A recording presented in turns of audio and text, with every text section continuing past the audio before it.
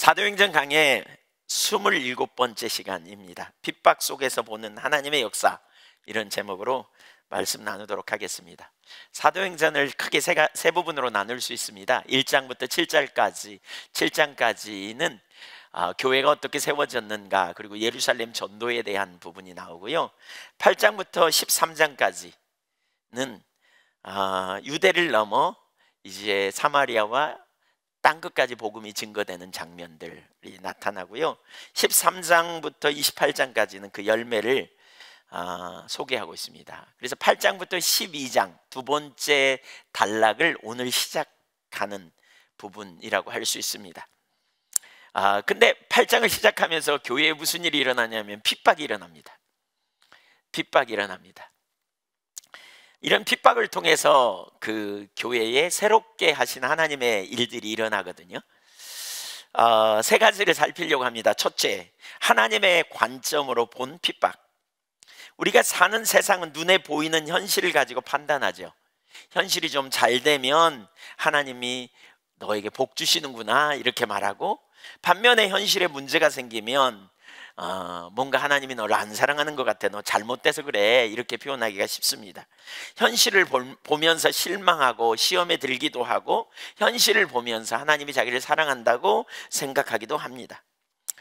그러나 우리에게 정말 중요한 게 뭐냐면, 우리는 하나님의 관점으로 볼 수 있는 눈이 되어야 합니다.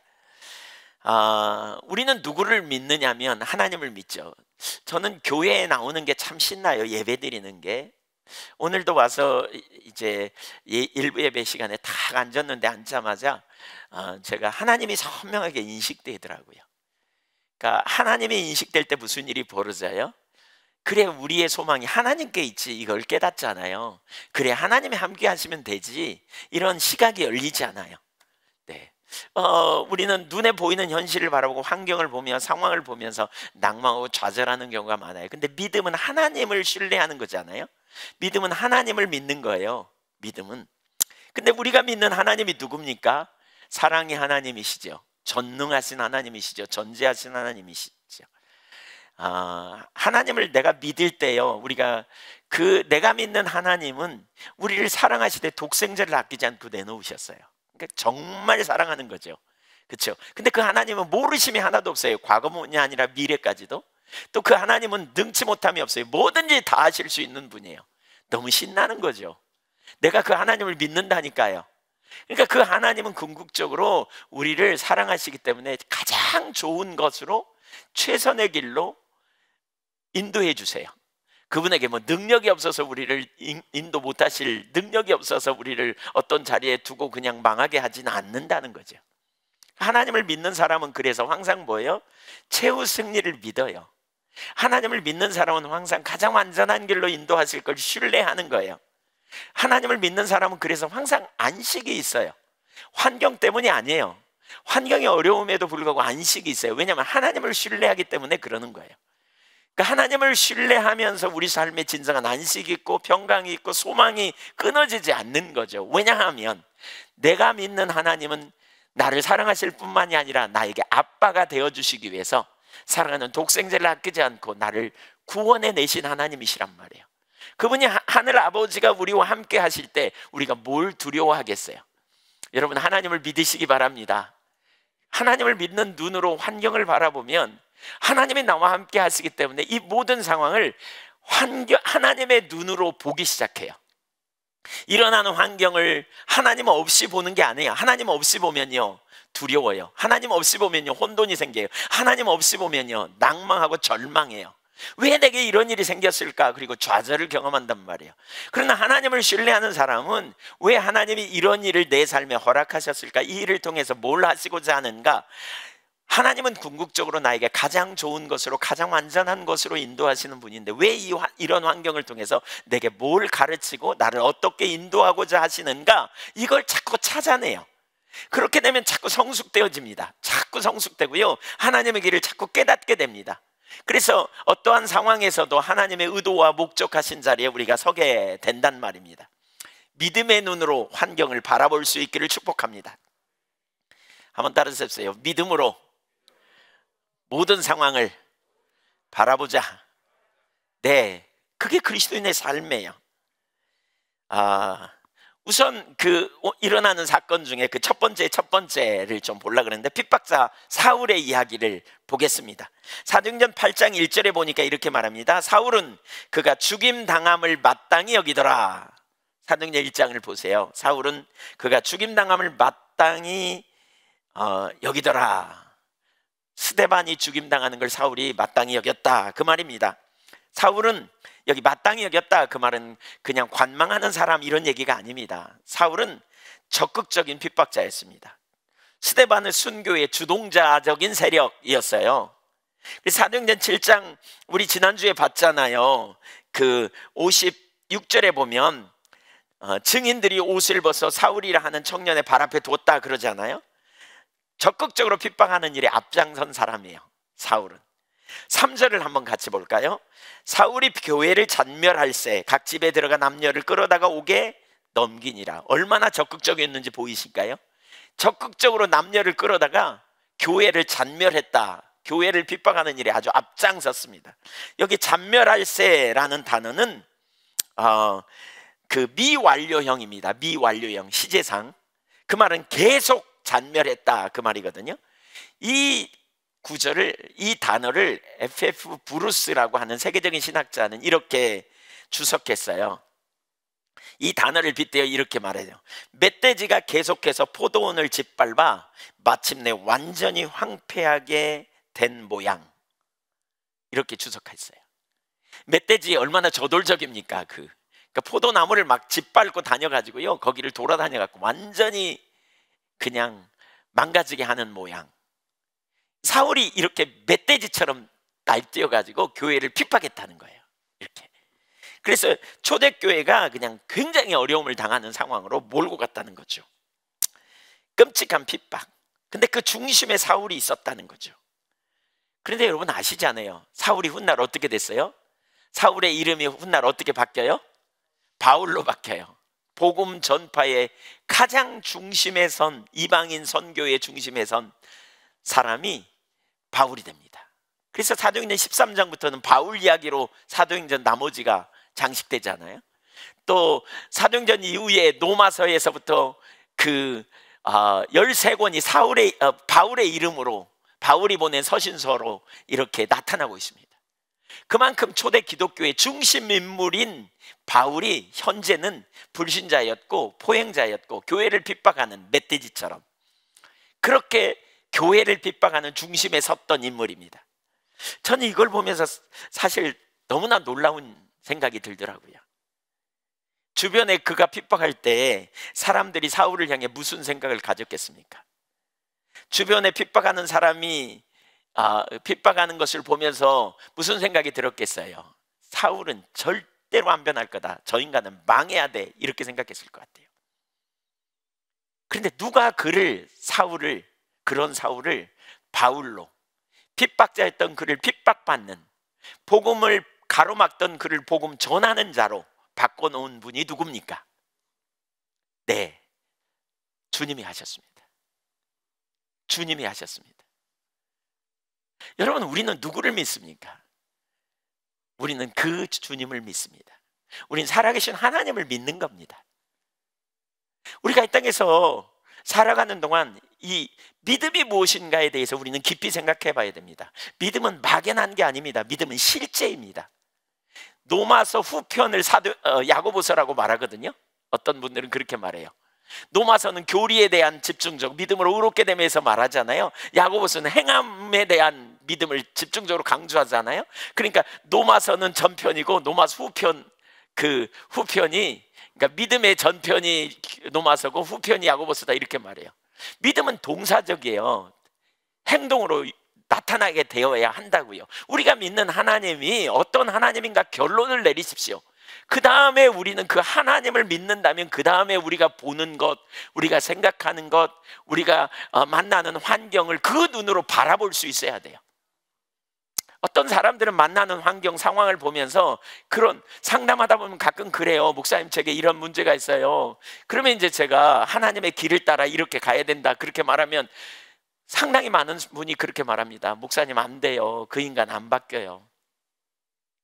목사님, 그 절대 불가능해요. 바뀔 가능성이 없어요. 네, 우리 눈으로는 바뀔 가능성이 없어요. 우리 눈으로는 안 돼요. 근데 우리는 누구를 믿냐면 하나님 믿는 거잖아요. 하나님을 믿음으로 말미암아 우리가 믿음으로 반응하고 서는 거죠. 사람이 아니에요. 능력이 하나님이에요. 하나님이 우리의 능력이고, 하나님이 우리의 힘이고, 하나님이 우리의 의가 되고, 하나님이, 능치 못함이 없는 하나님이 말씀하신 그대로 당신의 뜻대로 변화시키고 새롭게 하시고 온전케 되실 수 있음을 믿으시기 바랍니다. 멀리 볼 거 없어요. 우리 자신을 바라보세요. 어쩌면 우리가 변화되기 어려운, 어쩌면 우리가 예수 믿는 것도 전적인 주님의 은혜 아닙니까? 누가 그렇게 하셨습니까? 하나님이 하셨습니다. 능치 못할 일일 것이 하나도 없는 하나님. 여러분, 우리가 말하며 행동하며 생각할 때 항상 하나님의 크심, 그 능력을 생각하며 우리는 반응해야 합니다. 능치 못함이 없는 하나님. 네, 죽은 것 같은 사라의 태문을 열으셨던 하나님. 죽은 것 같았던 게 아니에요. 죽었어요. 그 나이 되면. 네, 90세 된 노인이 아이를 갖는다는 게 말이나 됩니까? 그러나 하나님의 약속대로 그 일을 이루신 능치 못함이 없는 하나님. 처녀 마리아에게 그 가브리엘이 와가지고 때가 되면 아들을 낳으리라 그랬더니 내가 사내를 알지 못하는데 어떻게 그런 일이, 그랬더니 뭐라 그럽니까? 대저 하나님의 모든 말씀은 능치 못함이 없느니라 그랬습니다. 하나님은 하십니다. 하나님을 믿음으로 신뢰하십시오. 사실 저는 개인적으로 오래전에 정말 많이 절망하고 낭망했는데 이 사실을 깨달은 순간에 저는 그리스도인으로서 이거 절망은 답이 아니구나, 이걸 발견했습니다. 그리스도인은 절망하면 안 되는구나. 하나님을 믿으니까. 우리가 만나는 인생의 수많은 문제 너머에, 그 난관 너머에 하나님이 간섭하시고 하나님의 역사를 우리가 기대하기 때문에 우리는 이 땅에서 보이는 것에 따라 사는 게 아니라 믿음으로 살아가는 주님의 종들이 되어야 한다는 거예요. 근데 너무나 많은 사람들이 문제를 만나면 그 문제의 함몰에서 그 문제를 해결하는 방법은 결국 인간적인 방법을 들이댑니다. 안 되니까 내가 그만해야 돼요. 불가능해, 안 돼, 안 된다는 걸 굳게 믿는 거죠. 입술로는 하나님을 믿는다고 말하면서 우리는 너무나 많이 그 자리에 머물러 있는. 그렇다면 우리는요, 환경에 반응하고 환경의 눈으로 볼 수밖에 없어요. 우리는 계속 눈을 떼요. 그래서 예배가 소중하다는 게 그거예요. 예배를 통해 계속 여러분의 초점이 하늘을 우러러 하나님과 만나는 귀하고 복된 시간이 되시기를 축복합니다. 그래서 하나님께 반응하는 거죠. 그래, 하나님이 아시면 되지 뭐. 억울한 일이 생길 때 그래, 하나님이 길을 내실 거야. 그래, 하나님이 내 필요를 모르시는 것도 아니고, 그래, 하나님이 나와 함께 하시는데, 이게 우리의 능력입니다. 이게 사울을 바울로 바꾸신 주님의 능력이 오늘도 우리에게 함께 하심을 믿으십시오. 최선의 길로 인도하신 하나님. 두 번째, 핍박을 통하여 성취되는 하나님의 뜻. 오순절 이후 주님의 교회는 계속해서 성장하고 왕성해져 가죠. 수많은 사람들이 주께 돌아왔습니다. 유무상통하고 많은 사람에게 기쁨과 평강의 시간을 갖게 됩니다. 놀라운 자유가 있었고요, 가르침과 섬김이 있었습니다. 예루살렘이 온통 복음 안에서 회복되는 것 같았고요, 그리스도의 계절이 온 듯합니다. 너무나 놀라운 역사가 일어났습니다. 사람들이 자유와 기쁨이 있습니다. 이제 조만간 예루살렘 전체가 다 예수 믿을 것 같습니다. 그런데 갑자기 핍박이 일어났습니다. 사내들인 공회원들이 들고 일어나고 유대인들이 들고 일어나서 그동안 이렇게 좀 핍박을 이렇게 말로만 하던 그들이 들고 일어나 가지고요, 스데반을 죽이고 그리고 온 교회를 핍박하기 시작합니다. 1절 후반부를 보겠습니다. 그날에 예루살렘에 있는 교회에 큰 박해가 있어 사도 외에는 다 유대와 사마리아 모든 땅으로 흩어지니라. 그날에 스데반이 순교하던 날 교회에 갑자기 심각한 핍박이 왔습니다. 그래서 많은 그리스도인들이 잡혀가게 됩니다. 교회에서 모이는 건, 성전에서 모이는 건 말할 것도 없이 금지됐을 뿐만이 아니라 각 집에서 숨어서 모이는 그곳까지 찾아가서 막 핍박이 오기 시작합니다. 그러자 사람들이 유대 여러 지역과 사마리아 흩어지게 되었습니다. 순식간에 예루살렘 교회는, 교회 공동체는 멧돼지에게 짓밟힌 포도원처럼 쑥대밭이 되어버립니다. 너무나 당황스러운 일이 일어났습니다. 주님의 교회 가운데 왜 이런 일이 벌어졌는가? 몇 가지를 좀 생각할 수 있는데요. 우선 하나는 성전 제사를 통해 이익을 얻던 무리들이 그 자기들의 이익을 지키기 위해 핍박을 일으켰다고 볼 수 있어요. 예수님을 고발한 사람들의 이야기가 나오잖아요. 또 스데반을 고발했던 이야기 우리가 이전에 다 읽었어요. 그들이 왜 고발했는지 성경에 뭐라 그랬어요? 거짓 증인을 세워서 고발했다 이렇게 말하거든요. 그러니까 그 중에 일부는 유대교 율법을 지키기 위해서 하나님을 경외함으로 이단을 막아야 되겠다 이런 생각도 가지고 있었지만, 그러나 그 고발의 주체는 대개 하나님을 경외했던 사람들이 아니었던 것 같아요. 거짓 증인을 세운 걸 보면 하지도 않은 걸 했다고 막 이렇게 말하면서 내세우는, 왜 그런 거짓 증인을 내세웠을까? 어찌하든지 그들을 제거하기 위해서. 네, 거기에 왜 그렇게 했을까? 아마도 그들은 이권에 관심이 있었던 자들이라고 할 수 있어요. 제가 예루살렘 그 2012년에 안식년 맞아서 예루살렘 가봤거든요. 근데 진짜 사람들 많이 오더라고요. 전 세계에서 사람들이 몰려와요. 왜냐하면 성지를 보려고 오는 거죠. 그러니까 어떤 데 가보면 막 줄을 서가지고 그냥 사람들이 얼마나 막 이렇게 있는지 몰라요. 팍팍해요. 비아돌로사라고 예수님 그 십자가 짊어지고 올라갔던 길, 거기 가면 그냥 장사하는 사람들, 또 순례객들이 너무 많아요. 가다가 어떤 사람들은 거기 무릎 꿇고 기도하고 막 땅에다 입 맞추고, 뭐 보면 그냥, 또 성전에 들어갔더니 얼마나 사람들이 많은지. 그들이 다 어디 가서 작았어요? 그들이 다 어디서 먹겠어요? 그러니까 그것 때문에 돈 벌어먹고 있는 사람들이 얼마나 많겠어요. 예, 그러니까 관광업이 되게 발달한 거죠. 오늘 만약에 그 기독교 성지를 다 없애버린다 그러면 제일 먼저 들고 일어날 사람들이 그들일 거래요. 그들일 거라고, 그러니까 그들이 될 거라는 거죠. 그 당시에도 마찬가지예요. 1년에 3차례씩 모든 남자들이 성전에 와서 제사를 드리라고 했거든요. 그러니까 그들이 멀리서 와가지고 거기서 먹고 자고, 또 예물을 바꾸고 돈으로 바꾸고, 그러니까 성전의 이득권이 많이, 기득권이 달린 거죠. 이권이 달려 있죠. 그런데 예수님이 성전을 헐라고 하신다는 말을 듣고 그 전하는 메시지를 들었을 때 가장 화냈을 사람들이 그들인 거죠. 그래서 그들이 이렇게 핍박에 가장 앞장섰던 사람 중에 한 사람들이었을 거예요. 또 다른 의미에서 이것은 영적 전쟁의 개념이 있어요. 그러니까 복음이 전파되고 하나님 나라가 넓혀지는 것을 원수 마귀가 엄청 싫어하겠죠. 에덴 동산에서 인간을 유혹해서 하나님을 떠나게 했던 마귀가 복음이 전파되는 것을 얼마나 싫어했을까 생각해 보세요. 사도행전 3장에 보면 모든 인간이 죄를 범하잖아요. 그래서 하나님과 관계가 깨지고 그 죄를 통해 원수 마귀가 인간을 지배합니다. 그래서 요한복음 8장 44절에 보면 너희는 이 세상 임금, 그러니까 마귀에게 속했다. 너희는 너희 아비 마귀에게 속했다. 그리고 요한복음 8장에 보면 마귀를 뭐라 그러냐, 공중권세 잡은 자, 세상 임금이라고 표현하거든요. 그러니까 원수 마귀의 지배 아래에 있었어요. 근데 갑자기 예수님이 오셔가지고 죄의 문제를 해결하고 예수 그리스도 안에서 영원한 생명을 얻을 길을 내신 거잖아요. 그 복음을 가지고 오셨고 복음을 전파하는 일이 일어나게 되니까 원수 마귀가 못 견디는 거죠. 그래서 복음의 당사자이신 예수님, 그리고 복음 전하는 사도들, 제자들을 핍박하는 거죠. 마귀는 싫어했어요. 그래서 예수님 대적하고 믿는 자들을 대적합니다. 사내들인 속에서도 이랬고, 그래서 원수 마귀는 또 다소의 사울 속에서도 이랬습니다. 교회를 멸절하기 위해 쓰고 있습니다. 그러나 교회는 하나님이 자신의 것으로 구별하신 백성이자 장차 임할 큰 나라와 최종적인 영광을 받기로 작정된 백성이잖아요. 그러니까 그들은 교회를 핍박하고 교회를 없애버리려고 작정하고, 원수 마귀는 영적 공격을 한 거죠.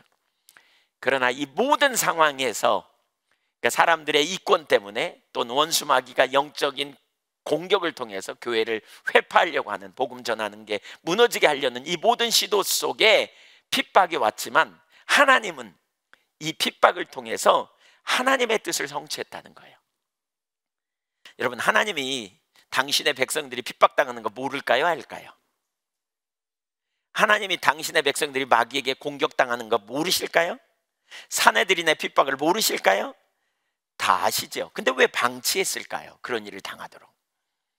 하나님은 그 핍박을 통해 당신의 뜻을 이루신 거예요. 그러니까 우리가 이런 순간에도 하나님을 신뢰하는 게 얼마나 중요한지 몰라요. 이런 순간에도. 그러면 하나님의 뜻이 무엇일까를 찾고 보게 되거든요. 근데 모르면 당황하죠. 끔찍이 어려운 상황이었지만 그러나 그걸 통해 하나님의 뜻이 이루어졌어요. 4절을 한번 읽어보겠습니다. 흩어진 사람들이 두루 다니며 뭐 했다고요? 복음의 말씀을 전할 때. 우리말 성경에는요, 메눈이라는 헬라어 한 단어가 번역이 안 됐습니다. 이 단어의 그러니까 내용이 뭐냐면 그러나, 그래서, 그러므로라는 단어입니다.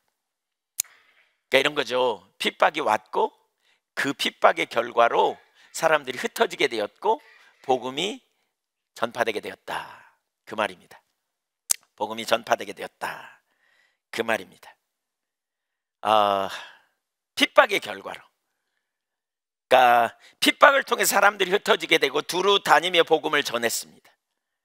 그리고 1절에 보니까 이때 흩어진 사람들은 사도들이 아니고 모든 성도들이 나가서 복음을 전하되, 그러니까 온 땅에 전하게 되었습니다. 한마디로 말하면 사도들을 제외한 모든 성도님들이 다 뭐냐? 전교인, 선교사가 된 겁니다. 사도들을 빼놓고 다 나가버렸어요. 그래가지고 다 가서 각 곳에 가서 흩어져서 교회를 세우고 복음을 전할 교회를 세우고 막 이런 일이 일어난 거예요. 전교인, 선교사. 전교인, 선교사. 네. 그 과정을 통해서 복음이 널리 확산되게 됩니다. 11장 19절 보겠습니다. 그때에 스데반의 일로 일어난 환란으로 말미암아 흩어진 자들이 베니게와 구브로와 안디옥까지 이르러 유대인에게만 말씀을 전하는데, 그 중에 구브로와 구레네 몇 사람이 안디옥에 이르러 헬라인에게도 말하며 주 예수를 전파하니 주의 손이 그들과 함께 하심에 수많은 사람들이 믿고 주께 돌아오더라. 여러분, 그 핍박으로 말미암아 무슨 일이 벌어진가 보이시죠? 어디요? 안디옥에까지, 구브로와 또 안디옥에까지 복음이 전해졌다니까요. 베니게와 구브로와 안디옥까지. 그리고 안디옥에 많은 사람들이 주께로 돌아오는 놀라운 일이 일어났다. 이게 바로 하나님의 뜻이라는 거예요. 일찍이 하나님이 제자들을 향해 이런 사명을 주셨거든요. 누가복음 24장 47절, 예수님 승천하시기 직전에 주신 말씀이에요.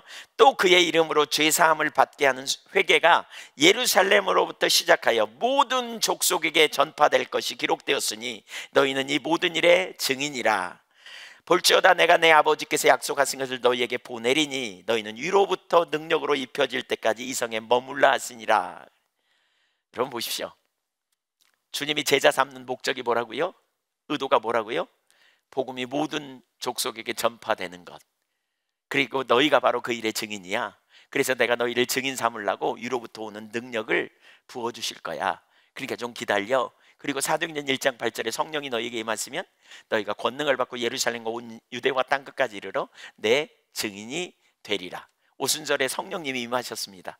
제자들이 권능을 받았습니다. 성령으로 충만했습니다.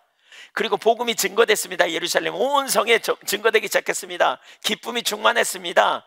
그리고 말할 수 없는 일들이 막 나타났습니다. 가난한 자와 소외된 자, 사람이 자기중심이잖아요. 그래서 다른 사람을 안 돌보던 그들이 이제 다른 사람을 돌보고 섬기고 나누고 하나 되고 이런 일들이 막 있어서 기쁨이 충만했습니다. 근데 거기까지입니다. 그냥 거기에서 여기가 좋사오니 그리고 그들이 머물러 있었던 것입니다. 하나님의 뜻이 언제 이루어지고 하나님의 뜻이 언제 이루어질까? 사실 우리는 익숙한 곳을 떠나고 싶어 하지 않아요. 우리 인간의 본능은. 요즘이야 뭐 세계로 나가는 거 별로 어렵지 않게 생각하죠. 왜냐하면 어디 가든지 비행기 타면 금방 돌아오니까. 근데 옛날은 그렇지 않잖아요. 그래서 어떤 사회학자가 조사해 보니까 사람들은 태어나서 80km 이상 떠나지 않는다는 거예요. 대부분의 사람들이.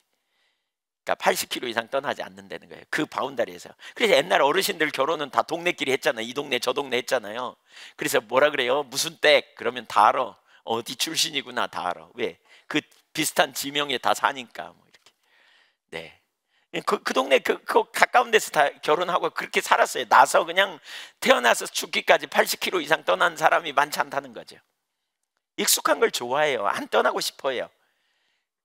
그런데 복음이 임했다고, 성령이 임하고 복음을 증거하는 사명이 있다고 막 가겠어요? 안 가요. 그러니까 은혜 받고 그냥 그 자리에 있는 거예요. 그러니까 여러분, 성령이 왜 오셨냐면 땅끝까지 이르러, 사마리아로도 가래. 땅끝까지로 가래. 근데 안 가. 왜 핍박이 일어났는지 아시겠어요? 마치 그런 현상이죠. 여기 왜 어렸을 때 지불놀이, 저 때만 해도 했는데 지불놀이 아시는지 모르겠어요. 정월 대보름날 불 지르잖아요. 논두르게 불 지르고 막 하잖아요. 근데 그 불 지를 때 이렇게 막 불이 막 타잖아요. 이렇게 막 붙어서. 그러면 이제 저녁 때 집에 가면 이제 막 산 쪽으로 가거나 이러면 막 끌려고 하면, 어떤 때 바람 센 날은 나뭇가지 꺾어가지고 이걸로 때리면 이제 막 꺼지거든요. 근데 어떤 때 세면요, 확 때리면 이게 그냥 집이 불씨가 팍 날립니다. 날려가지고 저기 옮겨 붙고 저쪽에 옮겨 붙고 저쪽에 옮겨 붙고 정신없습니다. 지금 그런 일이 일어난 거예요. 예루살렘 교회에 성령으로 충만한 그들, 열정이 있는 그들, 굉장한 열심이 있는 그들, 근데 그 범위를 벗어나지 못하는 그들, 핍박을 통해서 확 치니까요, 사방으로 흩어져 버린 거예요.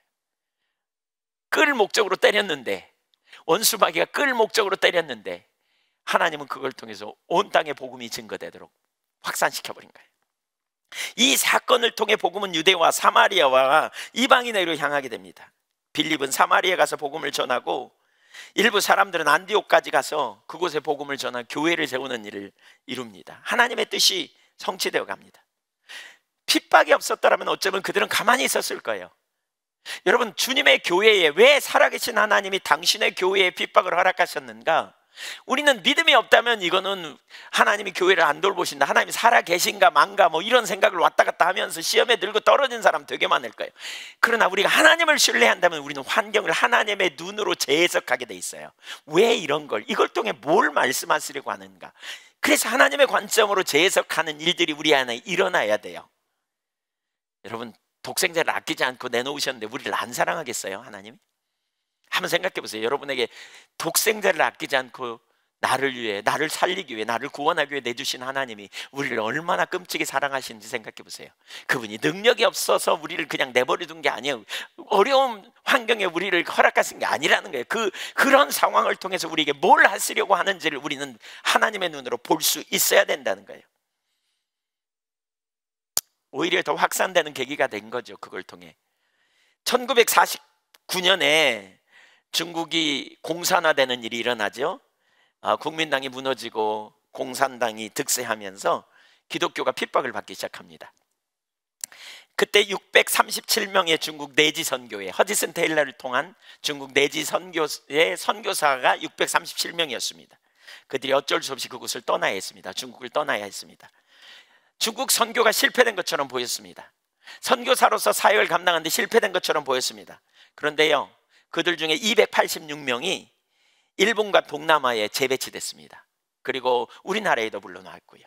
그래서 동남아 복음화 되는데 결정적인 역할을 합니다. 그리고 중국 내에 남아있던 그리스도인들은 심한 박해 속에서도 복음을 전함으로 말미암아 오늘날 중국 상황처럼 정말 많은 사람들이 예수 믿게 되는 그 불씨가 된 겁니다. 그들이 핍박 속에서 흩어지고 복음을 전하고 곳곳에 교회를 세우고 가정교회를 세우고 이러면서 교회가 많이 세워지게 된 것입니다. 하나님은 결코 작은 분이 아니세요. 우리가 다 이해할 수 없지만 하나님은 많은 일들을 우리에게 허락하십니다. 그리고 그 모든 일을 통제하고 다스리시는 분이심을 믿으시기 바랍니다. 어려움을 통해서 어려움을 허락하심으로 하나님의 뜻을 이루십니다. 하나님의 뜻이 성취되어지는 역사를 우리는 얼마든지 찾아볼 수 있어요. 하나님은 작은 분이 아니에요. 능력이 없으신 분이 아니에요. 그분의 모략을 아무도 막을 수 없어요. 그분의 지혜를 아무도 당할 수 없어요. 하나님은 실수치 않아요. 하나님은 전지하세요. 하나님은 변개하지 않는 분, 동일하신 분이세요. 능력이 없어서 당신의 교회가 핍박당한 것을 보고만 계시는 분이 아니라는 말이에요. 그분이 하시고자 할 때 애굽의 군대가, 그 강력했던 애굽의 군대가 홍해에 수장되는 경험을 하게 되잖아요. 산에 일꾼대 18만 5천이 그분이 하시고자 할 때 천사 한 명 보냈더니 18만 5천을 쓸어버리잖아요, 하루아침에. 예수님이 무능해서 십자가에 달려 죽으신 게 아니에요, 여러분. 사내들인의 이권 때문에 죽으신 게 아니에요. 원수 마귀의 회방 때문에 능력이 없어서 십자가에 달려 죽으신 게 아니라고요. 우리를 구원하시기 위한 하나님의 위대한 계획, 하나님의 승리는 언제나 확실합니다. 원수들은 전부 망하게 되어 있습니다. 사람들이 분노하며 일어나서 독설과 폭력으로 복음이 증거되는 길을 막으려고 했습니다. 그러나 그 뜻은 이루어질 수 없습니다. 부활하신 주님, 이것은 원수들이 최종적으로 좌절된 사건이라고 할 수 있습니다. 그 좌절은 본문에서 반복되었습니다. 스데반을 통해서 핍박이 들어왔고 초대교회를 말살하려고 작정했지만, 그러나 그들의 그 원수 마귀의 괴계는 오히려 하나님의 역사를 넓히는 그 과정으로 작동하게 된 겁니다. 그 복음을 가로막는 선봉에 선 사울을 하나님은 당신의 능력으로 바꿔버려서 그 복음을 가로막는 자가 오히려 복음을 증거하고 복음을 위해 목숨을 아끼지 않은 그러한 위대한 사도로 바꿔놓으신 것입니다. 하나님을 신뢰하십시오, 여러분. 믿음은 하나님을 신뢰하는 겁니다. 보이는 현실이 전부가 아닙니다. 보이는 현실 때문에 역동적으로, 현실 너머에 역동적으로 역사하시며 당신의 뜻을 이루시는 하나님을 신뢰할 수 있기를 축복합니다. 원수는 득세한 줄 알았을 거예요. 그러나 그것이, 그들의 계략은 오히려 자신들의 발등을 찍는 결과를 가져왔다니까요. 그래서 우리 그리스도인의 그러한 믿음을 고린도후서 4장에서 바울 사도는 이렇게 고백해요. 한번 읽어볼까요? 고린도후서 4장 7절, 8절, 9절을 한번 읽어볼까요? 큰 소리로 시작. 우리가 이 보배를 질그릇에 가졌으니 이는 심히 큰 능력은 하나님께 있고 우리에게 있지 아니함을 알게 하려 함이라. 우리가 사방으로 우겨쌈을 당하여도 쌓이지 아니하며 답답한 일을 당하여도 낙심하지 아니하며 박해를 받아도 버림받지 아니하며 거꾸러뜨림을 당하여도 망하지 아니하고. 여러분, 이게 복음입니다. 우리는 질그릇과 같은 존재예요. 질그릇은 약하잖아요. 근데 보배를 가졌다는 거예요. 그런 비유를 든 것은 능력의 힘이 큰 게 우리에게 있지 않다는 거예요. 우리가 연약하지만 능력의 힘이 큼이 하나님께 있어요. 하나님이 하나님의 능력으로 그 일을 이루세요. 하나님의 능력으로 그러한 놀라운 역사를 이루었어요. 그래서 당신의 뜻을 이루시고 당신의 의도를 반드시 이루시는 거죠. 그래서 우리가 사방으로 우겨쌈을 당하여도 쌓이지 않아요. 답답한 일을 당해도 낙심하지 않는 이유가 여기 있어요. 기독교인에게 절망은 죄예요. 불신의 죄예요. 기독교인이 낭망하는 건 죄라고요. 왜요? 불신앙이에요. 우리는 우겨쌈을 당해도 쌓이지 않아야 돼요. 답답한 일을 당해도 낙심치 않아야 돼요. 환경이 거꾸로 가는 것 같아도 주님은 능히 저와 여러분을 새롭게 하시고 온전케 하시는 주님이심을 믿으십시오.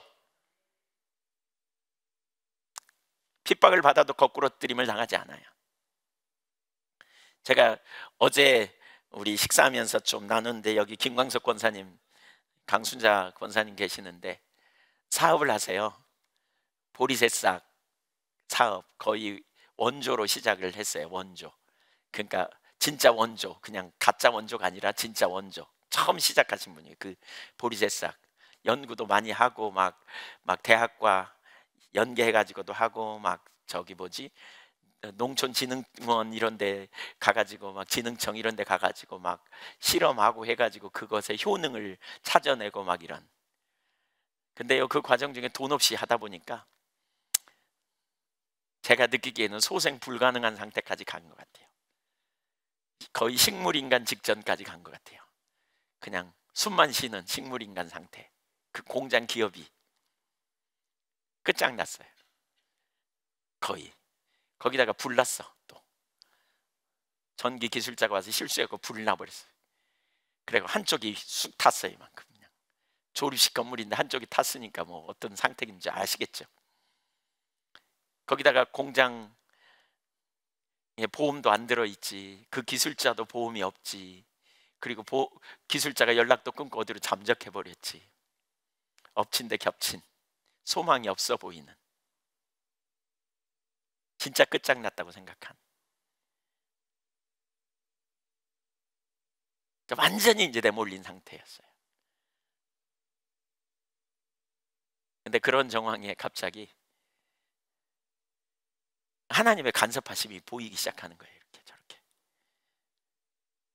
경매도 당했는데 경매가 이제 막 이런저런 연구로 안 돼. 이제 미뤄지기 시작해. 그러더니 갑자기 코로나가 터졌어요. 그러더니 갑자기 면역력에 대한 사람들의 경각심을 갖기 시작하고, 무슨 일이 벌어진 줄 아시죠? 요즘 포리새싹 대박나 대박. 없어서 못 파는 거예요. 못 만들어서 못 팔아.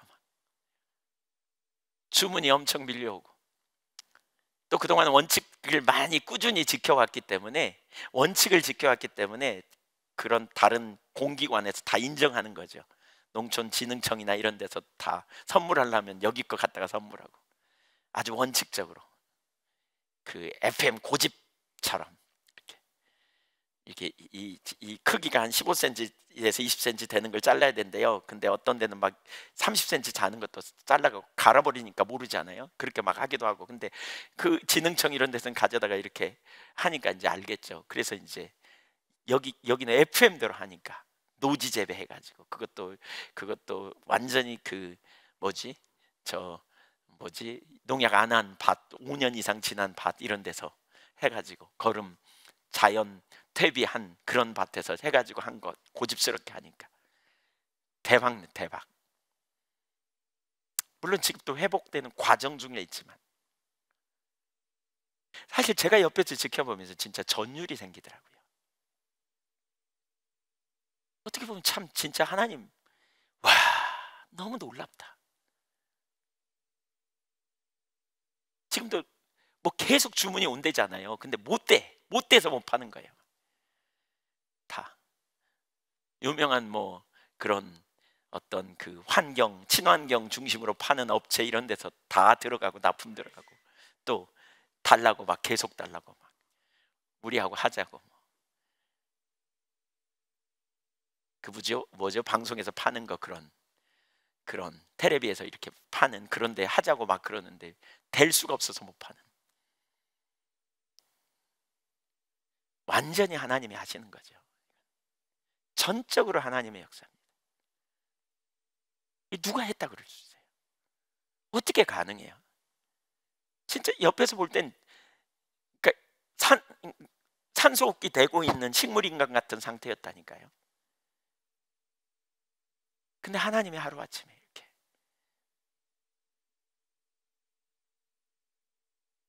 우리는 하나님을 신뢰하는 거예요. 보이는 환경이 아니라. 믿음은 살아계신 하나님을 아는 거예요. 여러분, 우리가 예수 믿는 그리스도인으로서 이런 사고의식을 가지셔야 돼요. 난 하나님을 신뢰한다. 그러니까 하나님을 믿는 사람은 항상 소망이 있는 거죠. 하나님을 믿는 사람은 항상 감사가 있는 거죠. 항상 기뻐할 수 있어요. 하나님을 의지하기 때문에. 그래서 우겨쌈을 당해도 쌓이지 않고 답답한 일 당해도 낙심치 않는 그러한 믿음의 종들이 다 되시기를 주님의 이름으로 축원합니다. 특별한 케이스라고 생각하지 마십시오.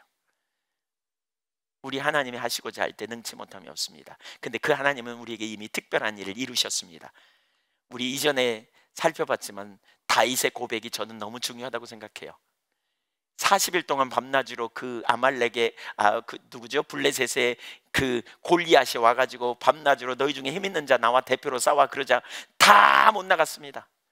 왜요? 두려워가지고요. 키가 3m, 어렸을 때부터 장수였던 그 사람 앞에 아무도 못 나갑니다. 소위 좀 힘께다 쓴다는 사람 아무도 못 나갑니다. 근데 소년 다윗이 골리앗을 향해 나가려고 그러죠. 그러자 사울이 말리죠. 그때 그가 뭐라 그럽니까? 여호와께서 나를 사자의 발톱과 곰의 발톱에서도 건지셨는데 하물며 이 블레셋 사람의 손에서 건져내지 않으시겠습니까?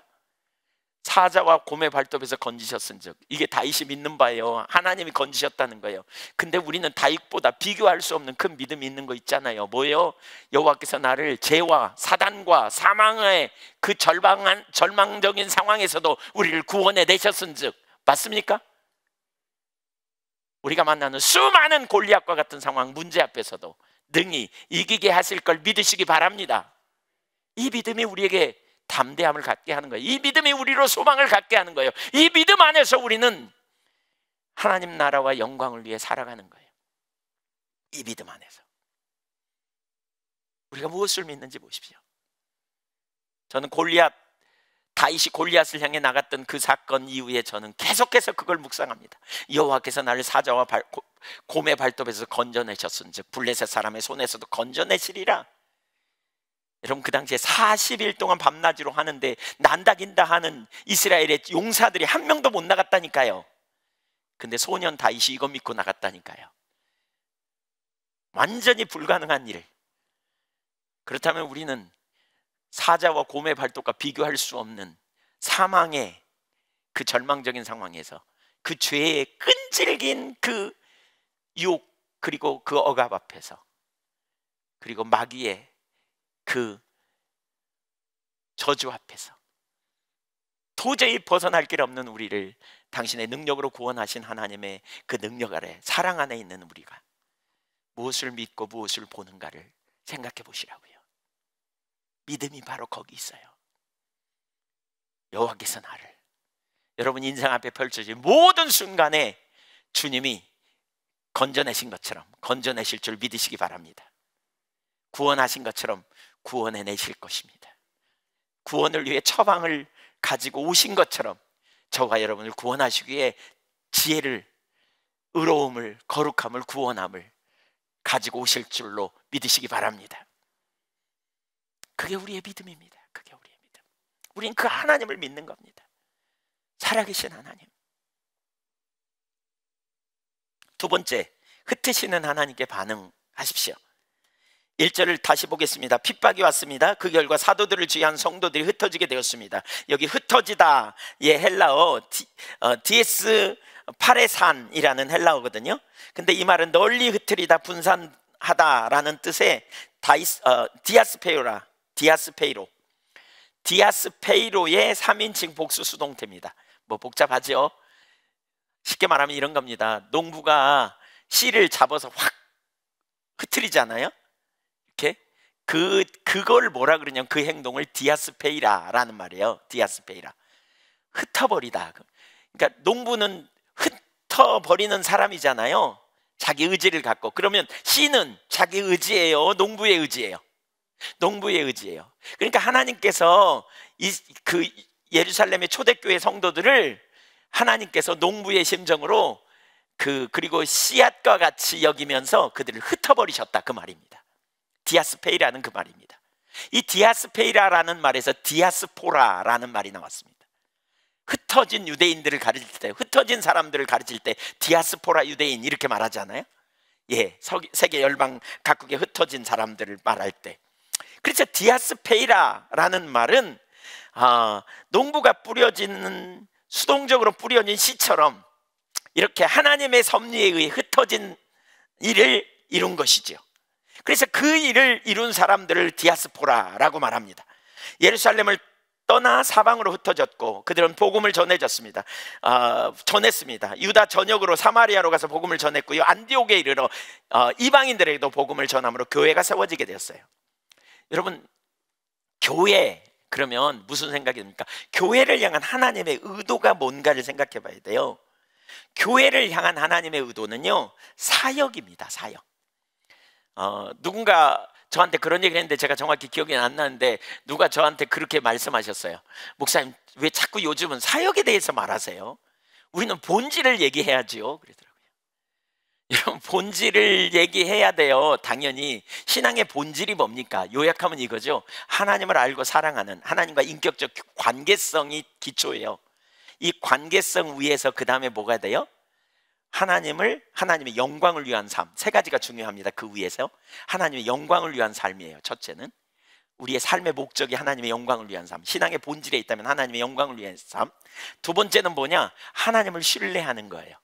생사복을 주관하신 하나님, 우리의 모든 필요를 채우신 하나님, 우리의 앞날을 인도하실 하나님을 신뢰하는 거예요. 하나님의 영광을 위해 살기 원하고 하나님을 신뢰하며 살면, 그 다음에 세 번째로 우리의 삶의 열매는요, 하나님을 경외하는 삶을 살게 돼 있어요.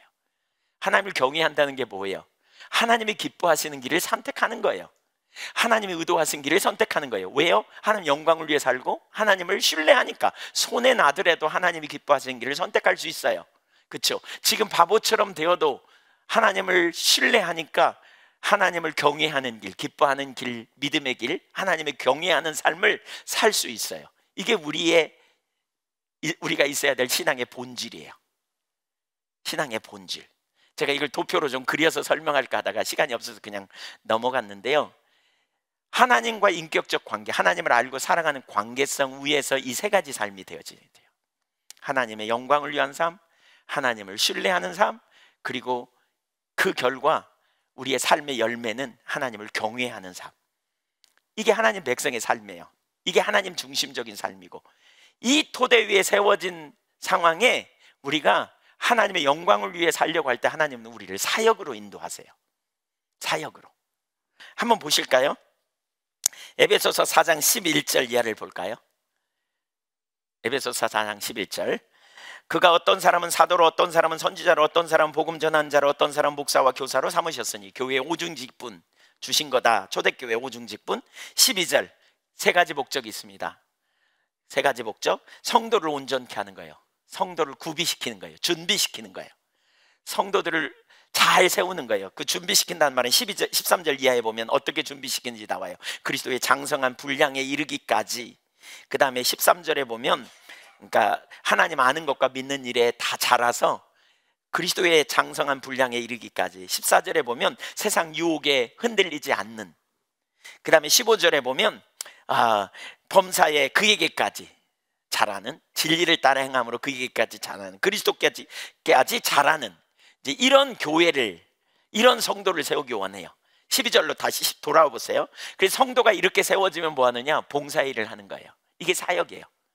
이게 사역. 그래서 뭐냐? 그리스도의 몸을 세우는 거예요. 몸은 뭡니까? 교회입니다. 그리고 그 머리는 누구예요? 그리스도예요. 그러니까 그리스도의 몸을 세워서 봉사의 일을 하는 지체로 세워지는 거예요. 머리의 명령을 따라 움직이는 교회, 머리의 명령을 따라 움직이는 지체들이 되도록 이렇게 세운다는 거예요. 그래서 16절을 보세요. 그에게서 온 몸이 각 마디를 통하여, 머리 대신 주님으로부터 온 몸이 각 마디를 통하여 도움을 받음으로 연결되고 결합되어 각 지체의 분량대로, 분량이 다 달라. 사람마다 분량이 달라. 근데 분량대로 역사하여 그 몸을 자라게 하고, 이게 사역이에요. 내적인 사역이 있어요. 계속해서 우리는 뭐냐? 서로 잘 세우는 거예요. 온전케 되도록 세우는 거예요. 진리를 분별하게 하고 가르치는 일을 통해서 사람들이 온전하게 그리스도의 몸된, 그러니까 머리 대신 그리스도에게까지 자라도록 세우는 거예요. 격려시키고 세워주고 하나님 중심적인 삶으로 세워주는 거예요. 하나님 중심적인 삶으로. 아까 신앙의 본질의 토대 위에, 그렇죠? 하나님을 알고 사랑하는 인격적 교제 가운데 하나님의 영광을 위하고 하나님을 신뢰하고 하나님을 경외하는 실제적인 삶을 살아가도록, 이 토대에 서도록 이게 온전케 되는 거예요. 이게 온전케 되는. 그래서 뭐냐? 하나님의 일을 감당하는 거죠. 그래서 뭐 하느냐? 몸을 세우는 거예요. 머리 대신 주님의 뜻을 이루어가는 삶을 살도록 하는 거예요. 그래서 교회에 내적인 사역이 있어요. 내부적인 사역이 있어요. 또 외부적인 사역이 있어요. 우리가 우리 안에서 사역을 감당하는 거예요. 서로 세워주고 서로 돌봐주고. 또 외부적인 사역은 그런 거죠. 예를 들면 우리 교회 가운데 지금 뭐 요양원 같은 것도 그런 사역일 수도 있고, 이런 저런 사역도 있을 거고, 또 여러분 너무 멀리 볼 거 없어요. 여러분의 삶이, 여러분의 직장이 여러분이 해야 될 사역지예요. 하나님이 여러분을 거기 파송하셨어요. 선교사로.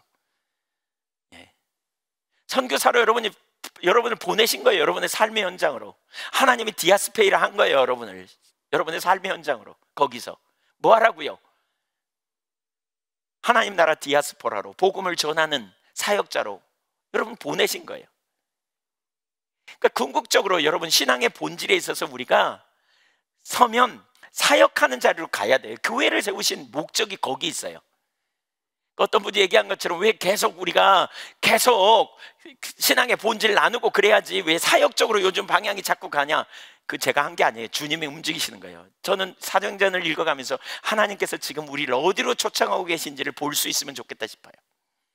사역의 현장으로 우리를 이끌어 가신다는 거죠.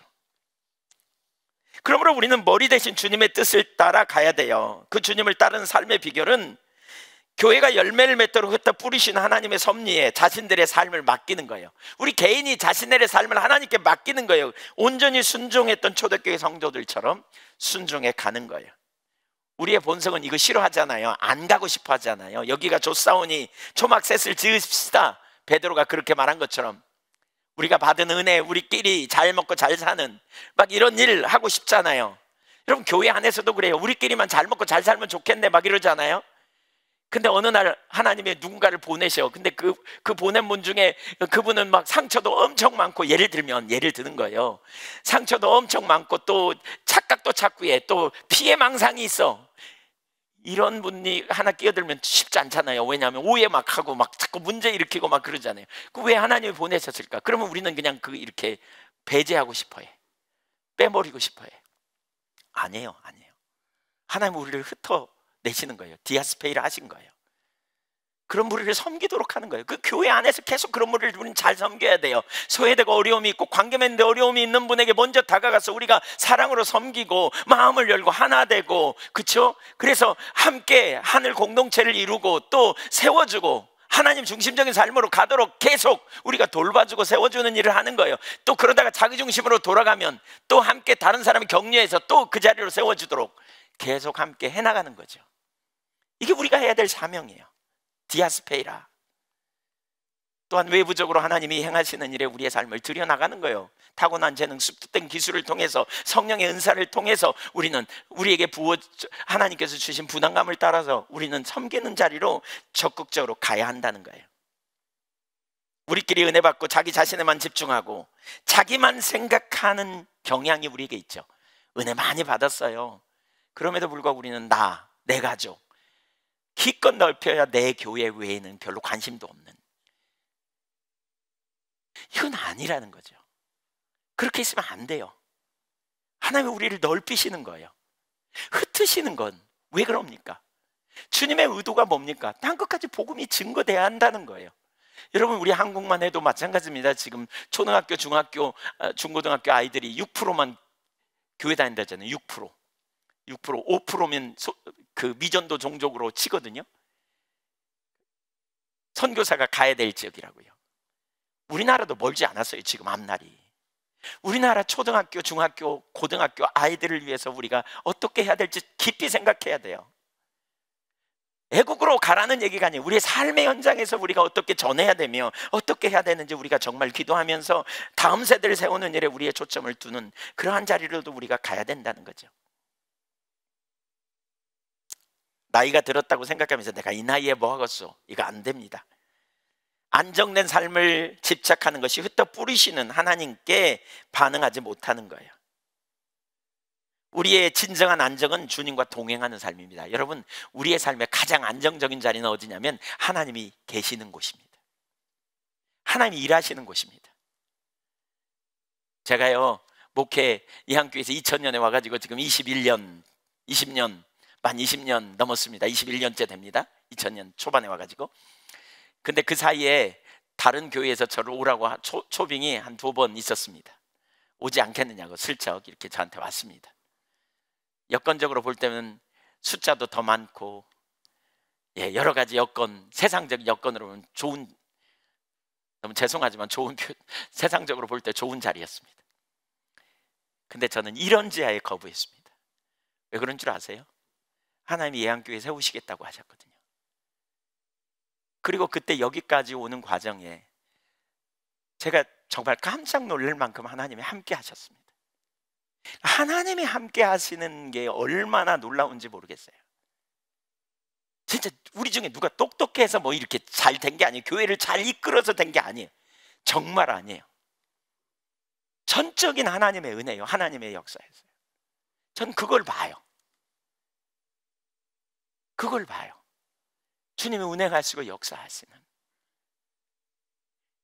제가 그게 보이니까요, 아무리 어려워도 제가 과거부터 그런 기도했거든요. 하나님이 일하시는 곳에 제가 있기를 원한다고, 하나님 관심 있는 곳에 제가 있기를 원한다고, 제 마음을 거기 두라고, 저를 거기에다 제발 좀 두어달라고. 제가 젊어서부터, 그러니까 청년 때부터 그런 기도를 정말 많이 했습니다. 하나님이 일하시는 곳에 제가 그 자리에 있기를 원한다고. 왜냐하면 제가 하나님의 임재하시는 장소에 있기를 원한다고. 그게 우리에게 안정이에요. 하나님의 우리를 흩어두신다면 거기 있는 게 그 일에 동참하는 것이 놀라운 축복입니다. 우리가 영적으로 성숙되지 못하는 이유가 있어요. 여기 조사오니 그러고 앉아 있어 보세요. 여러분, 영적으로 성숙 안 됩니다. 우리가 사역의 자리로 하나님 우리를 부르시는 현장으로 우리가 나아갈 때 우리가 영적으로 성숙되고 하나님을 경험하는 자리로 가게 됩니다. 믿음으로 나갈 수 있기를 축복합니다. 예, 그분의 일에 동참할 때 주님의 임재 안에서 진정한 안식, 영적 성숙을 경험해요. 두려움이 우리로 흩어 뿌리시는 주님께 반응하는 것을 가로막는데 믿음으로 우리가 나가야 되겠어요. 하나님의 흩어 뿌리시는 섭리에 순종하여 디아스포라가 된 사람들의 기록, 그것이 사도행전 이야기입니다.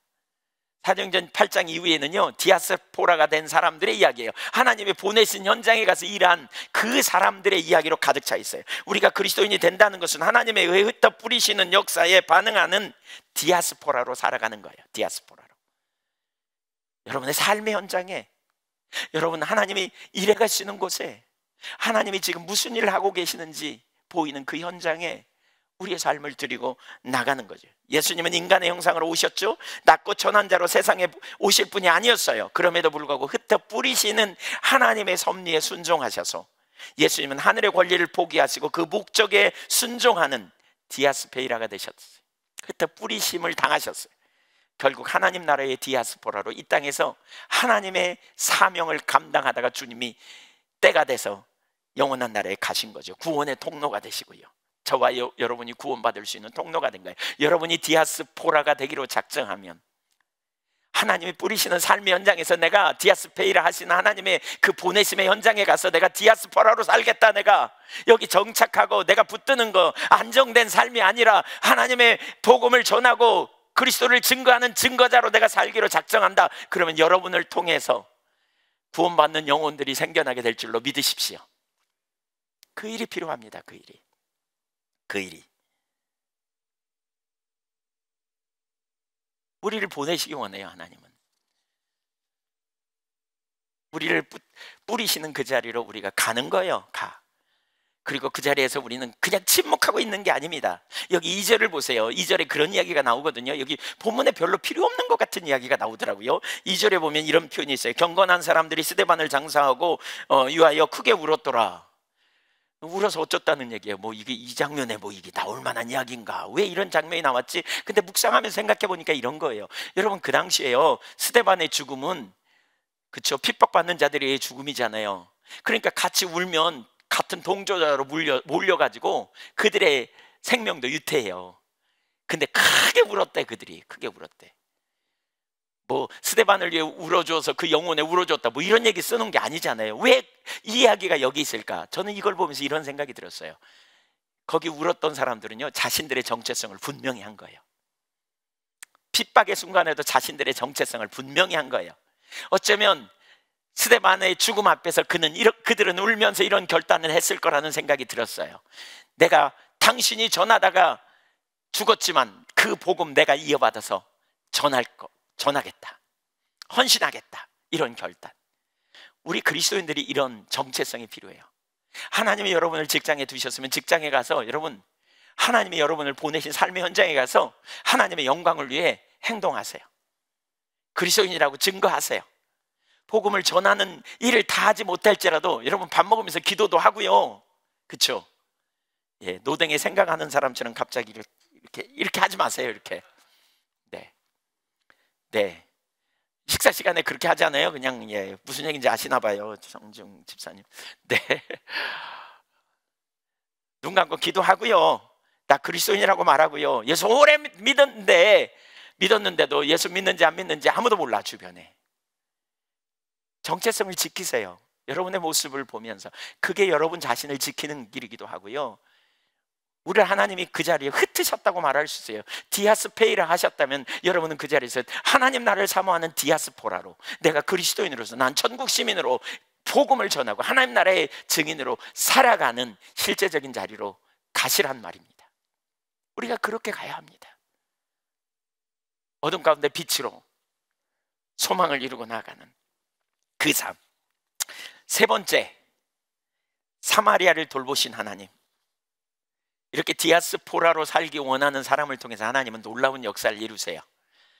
어떤 일을 이루셨는가를 잘 볼 수 있는 게 사마리아 땅에 일어난 일이에요. 빌립을 사마리아로 보냅니다. 여기 사도가 가지 않았습니다, 여러분. 빌립이 갔어요. 그 말은요, 그 말은 우리 모두가 갈 수 있다는 거예요. 우리 모두를 통해서 그런 일이 일어날 수 있다는 거예요. 빌립이 사마리아로 가요. 거기 보니까 4절을 보니까 5절을 보세요. 빌립이 사마리아 성에 내려가 그리스도를 백성에게 전파하니. 자, 6절까지 읽을까요? 무리가 빌립의 말도 듣고 행하는 표적도 보고 한 마음으로 그가 하는 말을 따르더라. 빌립이 사마리아로 내려갔어요. 이건 쉽지 않은 일입니다. 왜냐하면요, 유대인들은 사마리아 사람들을 엄청 싫어했거든요. 그러니까 주전 722년에 북왕국 이스라엘이 멸망해요. 이스라엘의 수도가 사마리아거든요. 그러니까 멸망하면서 무슨 일을 펼치냐면 아수르 사람들이 그 지역의 사람들을 대거 잡아다가 전국에 흩어버려요. 그러니까 이제 이들도 디아스포라가 된 거죠. 흩어버려요. 그리고는 다른 지역에 있는 사람들을 거기다 이주시켜요. 그래서 막 강제 결혼시키고 혼합 잡족을 되게 만들어버린 거예요. 유대인의 정체성을 잃어버리게 만든 거예요. 남쪽에 있던 유다 사람들은 사마리아 사람들을 유대인으로 취급 안 합니다. 저들은 혼합 잡족이다. 그래서 이렇게 기도했대잖아요. 개들로 태어나지 않아서 감사합니다. 사마리아인으로 태어나지 않아서 감사합니다. 그러니까 개 수준으로 생각한 거죠. 부정한 사람들. 사마리아 사람들과 상종도 안 했어요. 근데 그 이스라엘 한가운데 있잖아요. 그 가운데 있었잖아요. 그래서 갈릴리 사람들이 예루살렘에 갈 때는 사마리아 땅을 피해서 돌아서 갔어요. 그러니까 사마리아 사람들을 엄청 싫어한 거죠.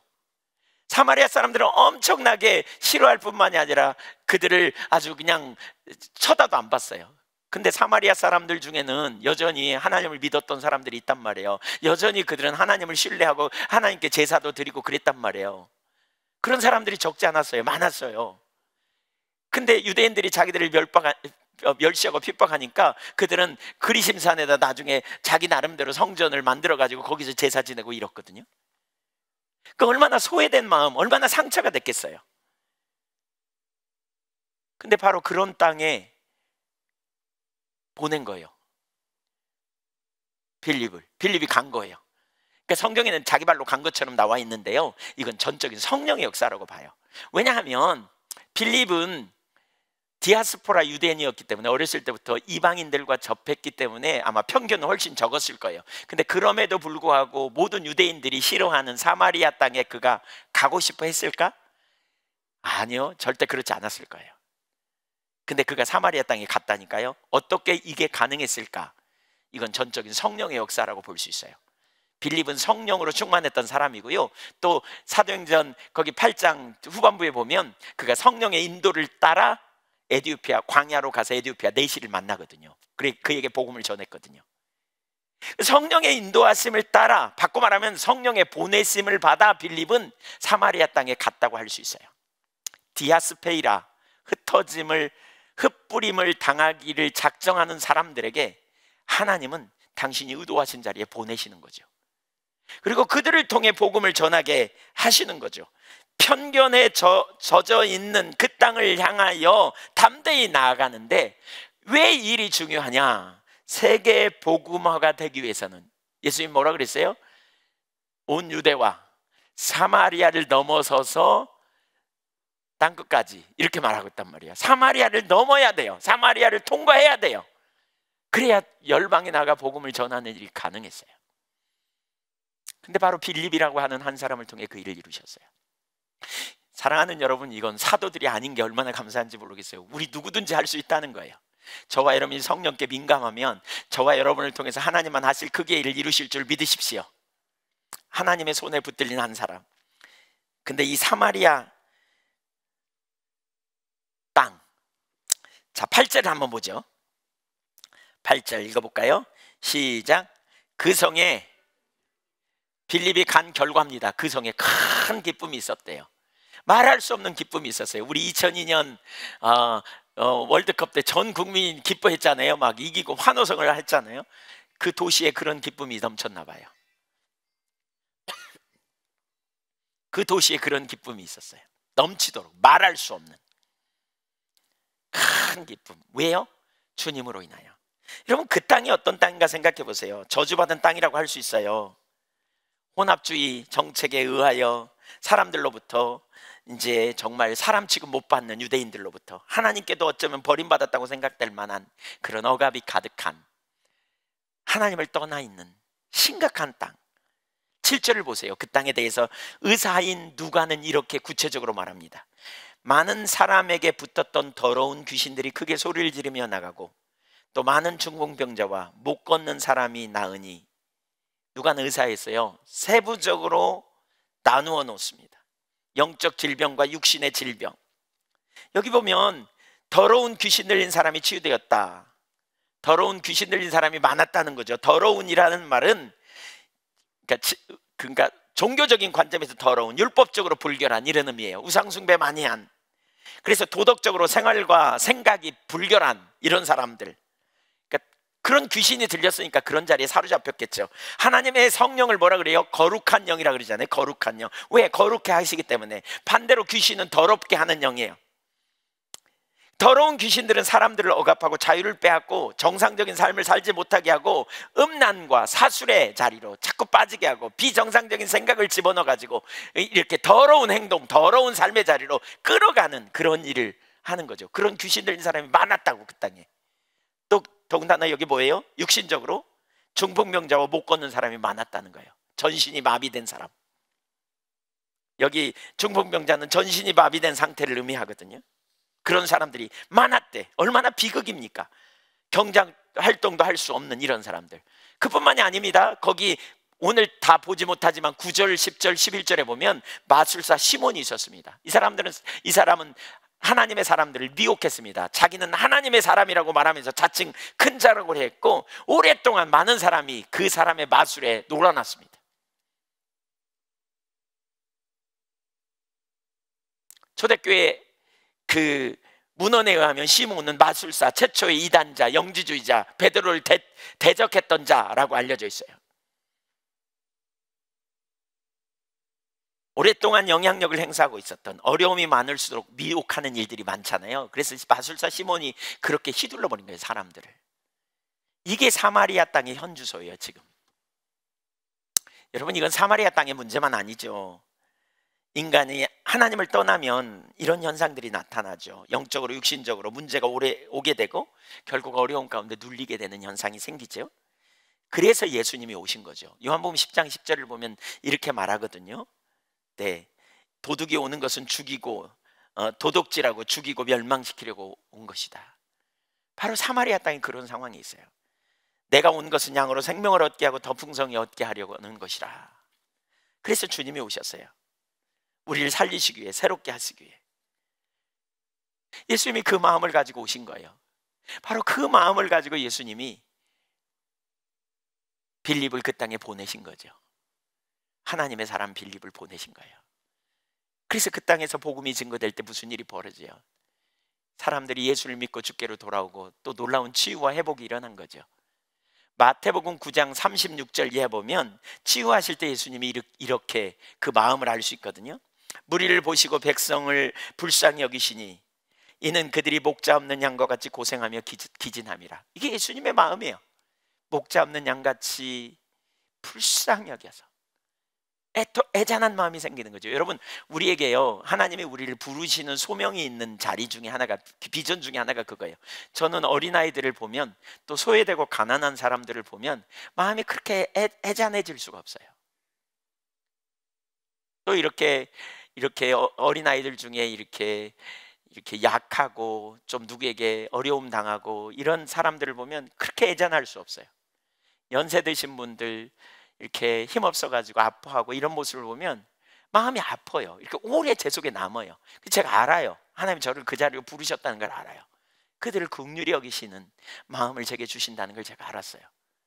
왜 내게 이런 마음이 이렇게 오래 남지? 알고 보니까 그런 사람들을 향한 부르심이 제 마음에 있는 것 같아요. 긍휼히 여기는. 어떻게 돕기를 원하는, 어떻게 좀 도와야 될 텐데. 어린 아이들 중에 존재감 없이 학교 다니는 이런 친구들 많이 있거든요. 어떤 아이들은 또 유별 나가지고 구박받고 다니는 친구들이 있거든요. 네. 이 아이들을 조금만 도와주면 잘 세워질 텐데, 이런 마음이 막 제 속에 불쑥불쑥 올라와요. 이런 게 주님의 마음이구나, 이런 걸 제가 발견한 것 같아요. 그래서 예수님이 이 마음 가지고 뭐라 그래요? 37절 보세요. 이에 제자들에게 이르시되 추수할 것은 많되 일꾼이 적으니 그러므로 추수하는 주인에게 청하여 추수할 일꾼을 보내어 주소서 하라 하시니라. 그래서 빌립 보내신 거예요. 그래서 그 땅에 복음이 전파되기를 원했던 거예요. 하나님의 초대교회 세우시고요, 은혜를 엄청 부으셨어요. 그들이 권능을 받았어요. 근데 자기들끼리만 모여서 옥작옥작 하는 거예요. 핍박을 통해서, 어려움을 통해서 이걸 허락하셔가지고요, 마치 타오르는 불 팍 쳐버리니까 불꽃이 날아가고 사망에 붙는 것처럼 이런 일이 일어나고, 바로 그러한 상황을 통해서 하나님이 보내신 거예요. 빌립을 보내신 거예요. 왜요? 사마리아 사람을 긍휼히 여기셔서, 그 억압에 눌려 있는 그들을 긍휼히 여기셔서, 그래서 보내신 거예요. 그들을 구원하려고, 그들을 새롭게 하려고. 여러분, 여러분의 삶의 현장을 살펴보세요. 여러분 만나는 사람을 살펴보세요. 하나님이 그 영혼을 불쌍히 여기시고, 하나님이 그곳에서 하나님의 영광을 드러내려고 하나님의 마음을 가지고 여러분을 그 자리로 파송하셨다고 여기지 않으십니까? 저는 한편으로 이런 생각 듭니다. 우리 저기 요양원에 가 있는 분들 복 받은 거라고, 내가 막 힘들어 죽겠다고 아우성을 치시기도 하고 한편으로 그렇게 하시는데, 속으로는 생각합니다. 복 받은 분들이라고. 제가 그 현장에 가 계시니 복 받은 분들이라고. 별로 안 믿는 눈치인데.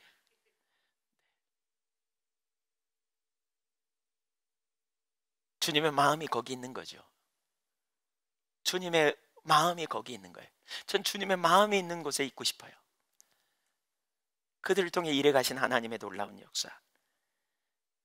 그래서 그들에게 기쁨이 넘치는 일이 일어났다니까요. 우리 하나님이 그걸 보면 얼마나 기뻐하실까요? 예수님이 그걸 보면 얼마나 기뻐하실까요? 큰 기쁨이 있었대요. 눌린 자가 자유케 되고, 누가복음 4장에 그러잖아요. 18절 이하에 여호와 주의 성령이 내게 임하셨으니 가난한 자에게 복음을 전하고 눌린 자를 자유케 하고, 그렇죠? 고통받는 자를 해결하고 치유하고 자유케 되는 그 일을 하러 오신 주님이 때가 되니까 빌립을 보내서 그 땅에 그러한 역사를 이루신, 얼마나 놀라운 역사인가.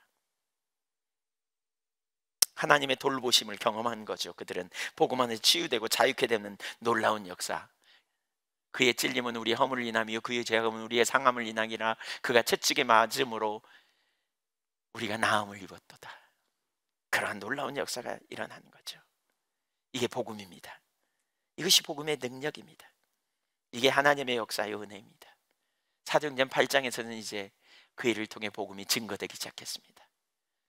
저는 오늘 설교를 들으면서 여러분, 우리 교회를 향한 하나님의 부르심이 뭔지 깨달았으면 좋겠습니다.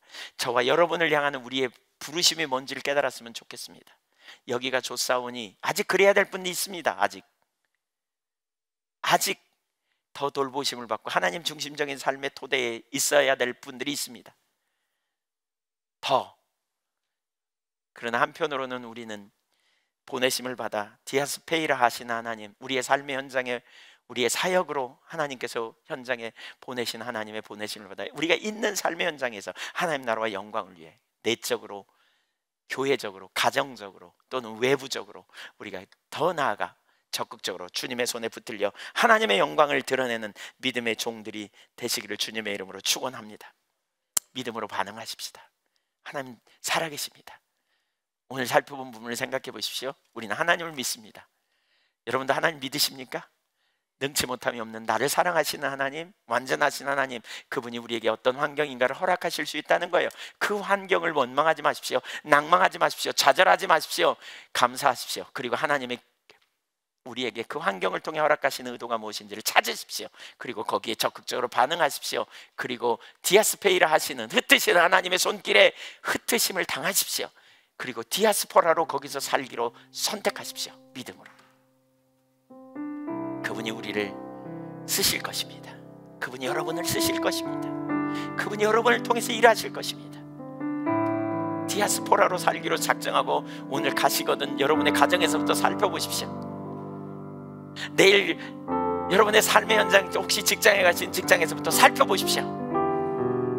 하나님이 나를 어디로 보내셨는가? 누구에게 보내셨는가? 누가 나의 사마리아인가? 누가 나의 사마리아인가? 눌려있는, 고통당하는, 어려움당하는, 억압당하는 누가 나의 사마리아인가? 하나님이 나를 저 사람을 위해서 나를 디아스페이라 하셨구나 라고 여기고 우리가 나아가십시다. 주님이 저와 여러분을 통해 놀라운 역사를 이루실 걸 기대하고, 하나님 내가 여기 있습니다. 내가 디아스페이라 당하기 원합니다. 그래서 디아스포라로 살기를 원합니다. 우리가 이렇게 고백하며 나가면 좋겠어요.